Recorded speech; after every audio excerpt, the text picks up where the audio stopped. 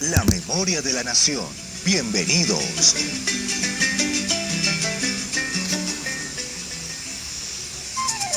Desde el 2005, cada 27 de octubre se celebra el Día Mundial del Patrimonio Audiovisual, decretado por la UNESCO como una forma de incentivar la preservación de documentos audiovisuales que hacen parte de la historia de la humanidad en los siglos XX y XXI.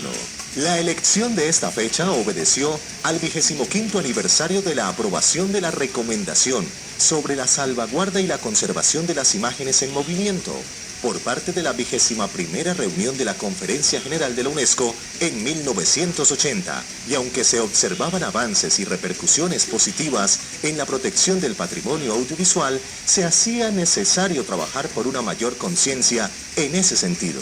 El Archivo General de la Nación, reconociendo el valor patrimonial de los documentos audiovisuales que conservan expresiones de la identidad cultural y la historia del país, viene avanzando en acciones conjuntas con la Dirección de Comunicaciones del Ministerio de Cultura, tendientes al establecimiento de políticas públicas para la conservación de documentos audiovisuales y sonoros. El AGN, como autoridad encargada de regir la política archivística en Colombia y de custodiar, resguardar y proteger el patrimonio documental del país y ponerlo al servicio de la comunidad, contribuye de este modo a la garantía de derechos fundamentales, como el del derecho a la información, cuya protección recae en las entidades del Estado.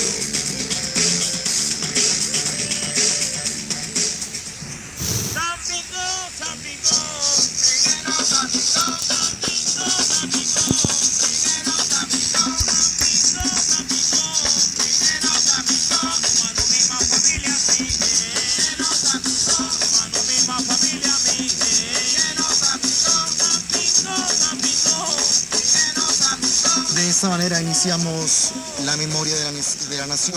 Estrellas del Caribe es este grupo que nos interpreta esta champeta criolla, Zambingo, para iniciar este tema que vamos a abordar en el día de hoy, patrimonio audiovisual y sonoro. Está con nosotros Victoria Ortiz, quien nos va a acompañar en este programa para darnos a conocer todo el tema de las redes sociales. Victoria, buenas tardes. Y conozcamos cuál es el calificativo, cómo es el arroba que nos pueden vincular nosotros a través de las redes sociales. Sí, buenas tardes, Fernando. A nuestros oyentes y seguidores en redes estamos atentos a sus comentarios y preguntas a través de @archivo general.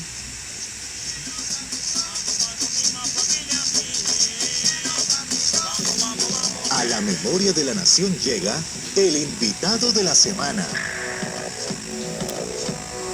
Tú me invades como la maleza, me enamoras sin que yo lo sepa. Tú me invades como la maleza.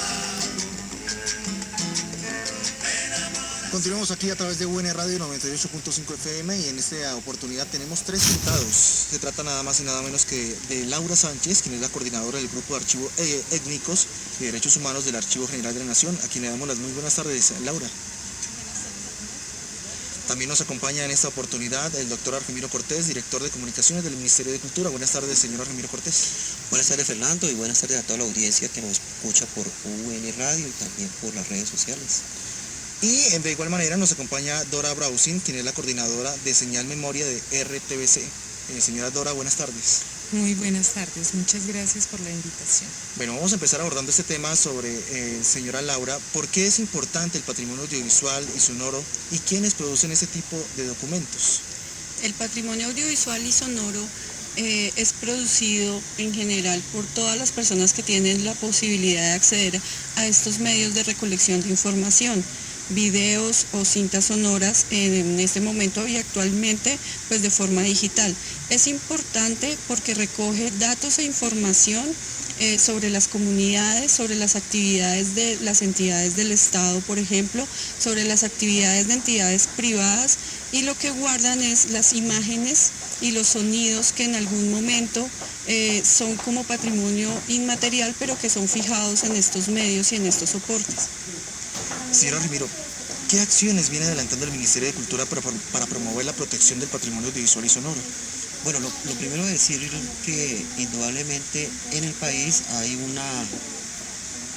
hay un gran cúmulo de material, ¿sí? Audiovisual, sonoro, desde hace muchos años.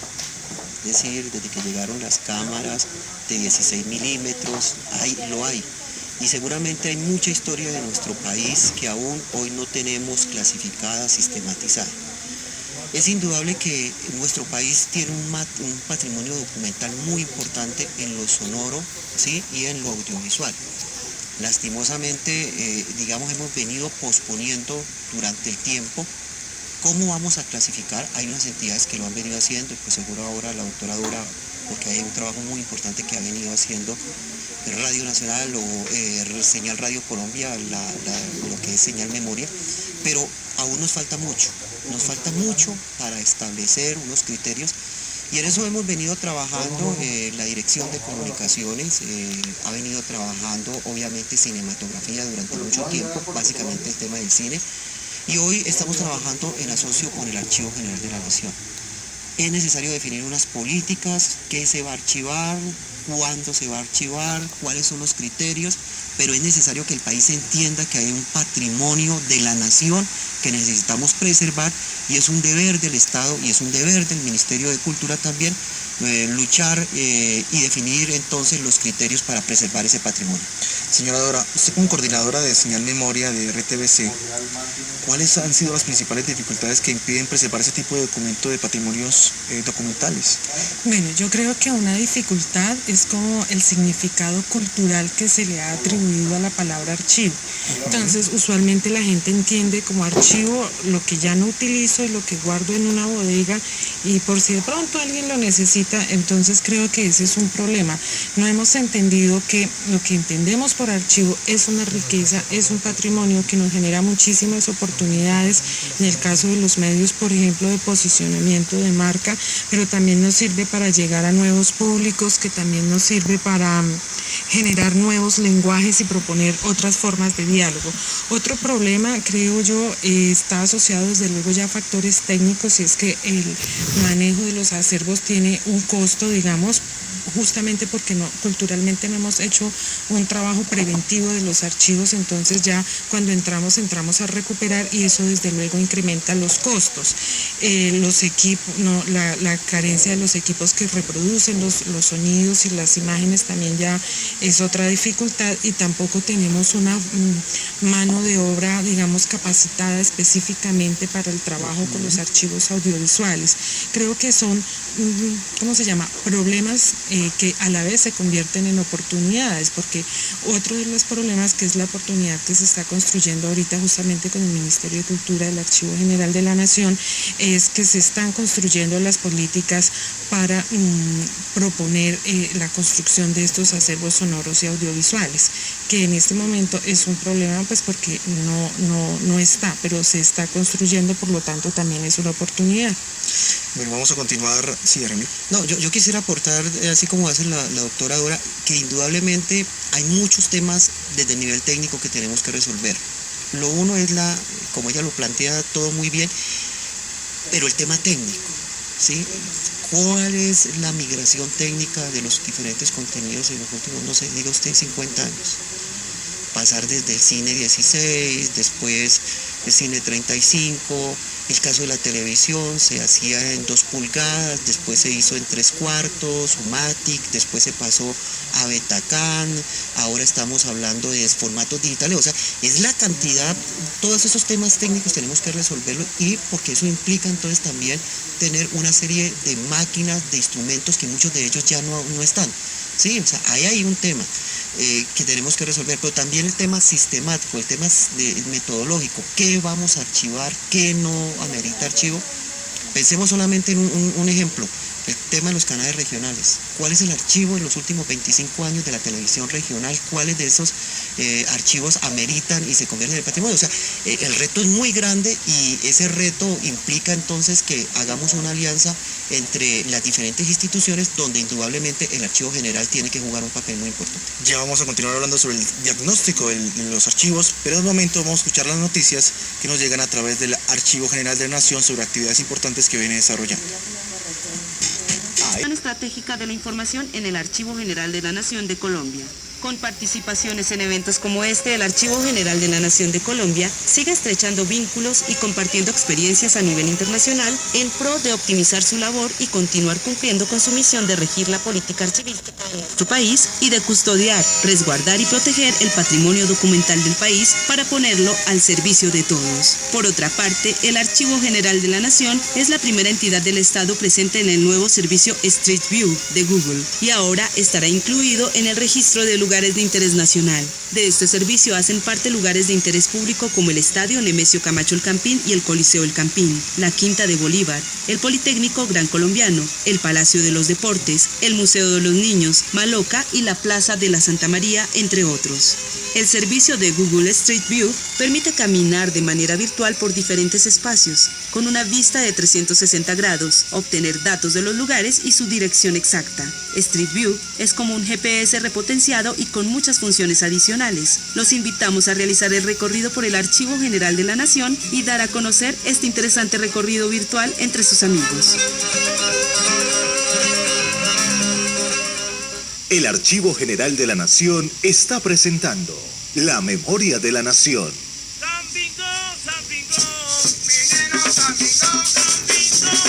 Y a ritmo de champeta criolla Zambingo de Estrellas del Caribe, continuamos en este programa hablando sobre el patrimonio audiovisual y sonoro del país.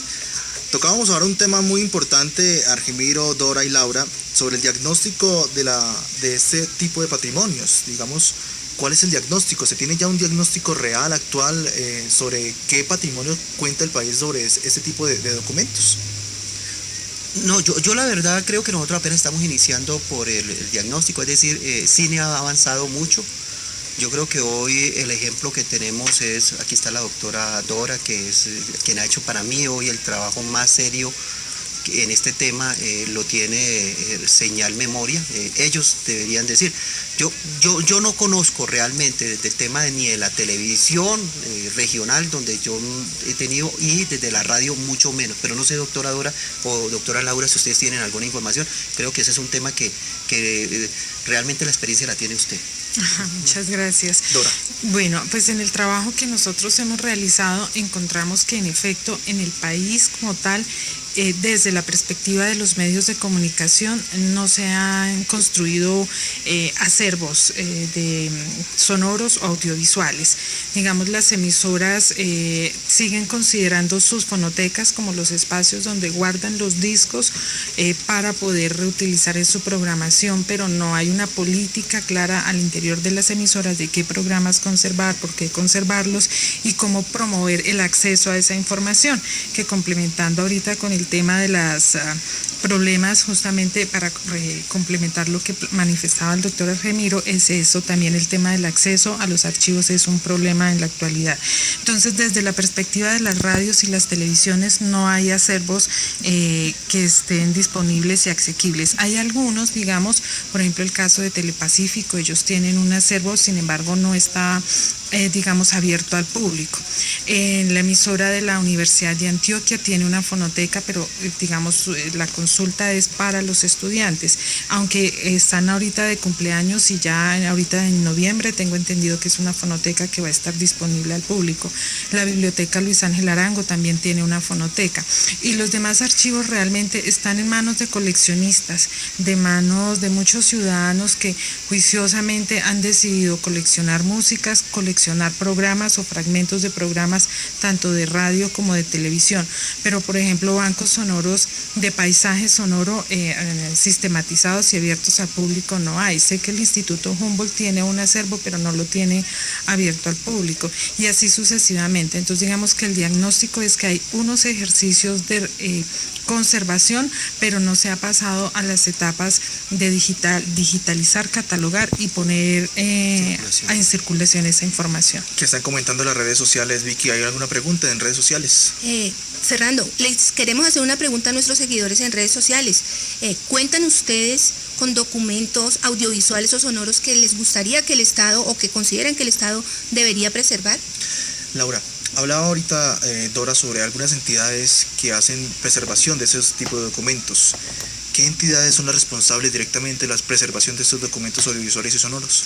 Desde la perspectiva del Archivo General de la Nación, ya que el ámbito de aplicación de la política archivística son las entidades públicas y las entidades privadas que prestan servicios públicos, hemos encontrado que las entidades del Estado efectivamente tienen este tipo de soportes con este tipo de información audiovisual y sonora.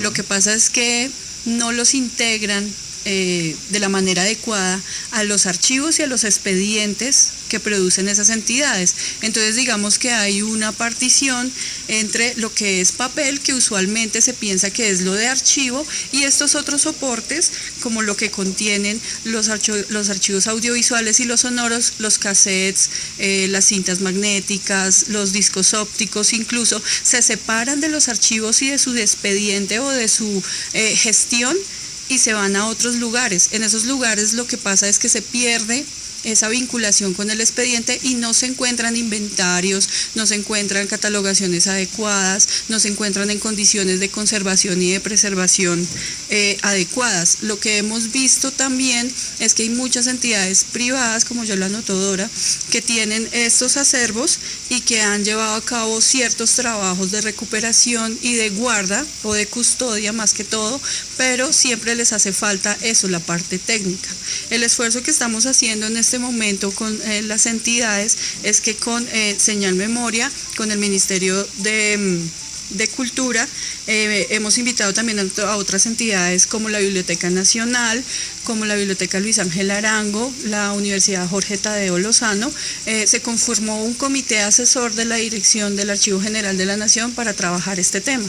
El Grupo de Archivos Étnicos y Derechos Humanos tiene a cargo la investigación de las bases que proveerán esa política para así empezar a sacar guías técnicas, y este año esperamos sacar un acuerdo primero para tratar de que tanto en las entidades del Estado, que sí les vincula ese acuerdo, como las otras entidades, como una buena práctica, se adopten todas las técnicas y procedimientos para proteger desde la producción hasta los procesos de custodia y de divulgación todos estos acervos. Vamos a continuar a través de UN Radio, La Memoria de la Nación. Los invitamos ahora para que hagamos memoria.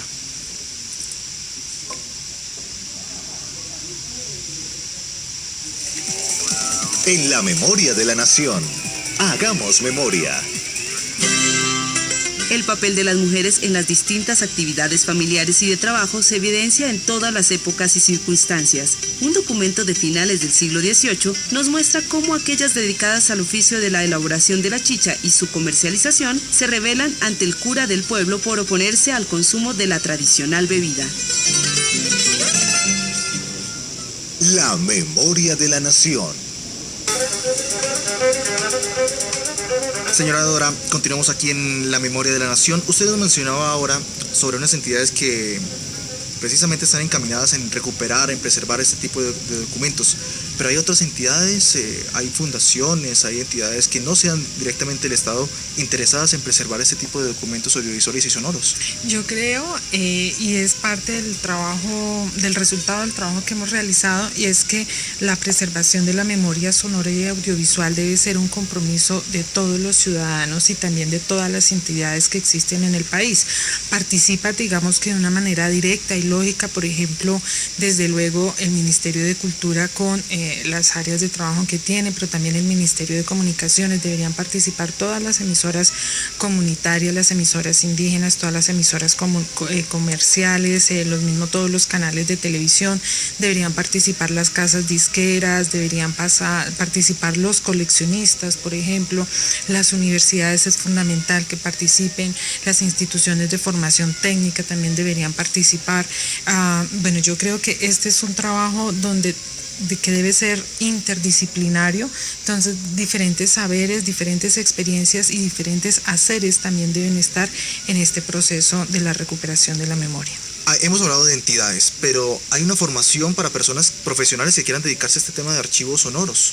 ¿Hay alguna...? Pues en la experiencia del Archivo General de la Nación, digamos que está muy fuerte la presencia de los conservadores y restauradores que se han especializado en ese tipo de soportes, pero también hay una injerencia muy importante que debe ser fortalecida de, por ejemplo, profesionales en ingeniería de sistemas, en ingeniería de sonidos, en antropología, sociología, historia, todo esto. ¿Por qué? Porque se trata técnicamente el soporte audiovisual y sonoro, pero también tiene que dársele un contexto, y ese contexto es el que va a dar la valoración para que esos procesos técnicos sean adecuados y se preserve realmente lo que es importante preservar para que pase a ser patrimonio documental de la nación, patrimonio audiovisual y sonoro de la nación. Los invito para que escuchemos ahora lo que recomienda el archivo.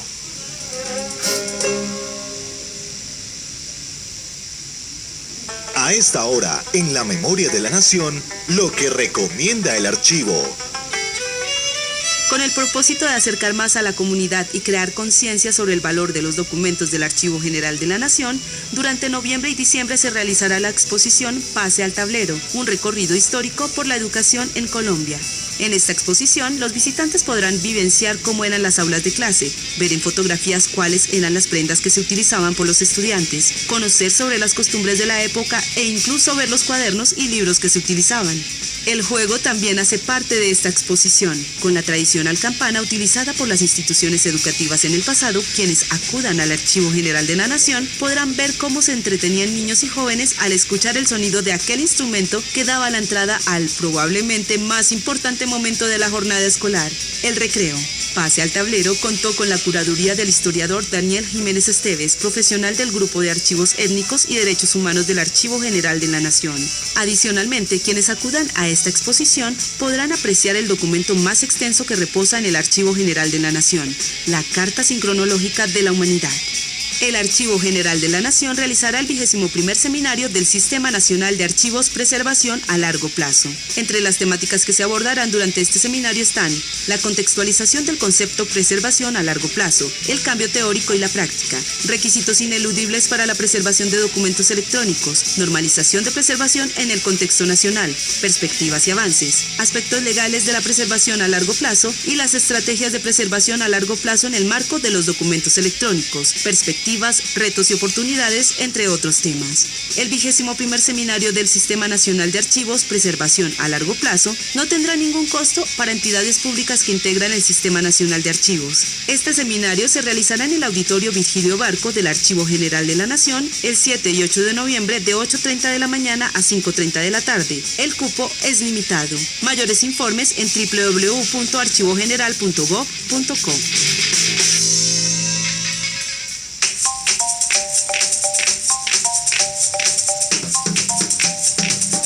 Y estamos ya llegando a la parte final de la memoria de la nación.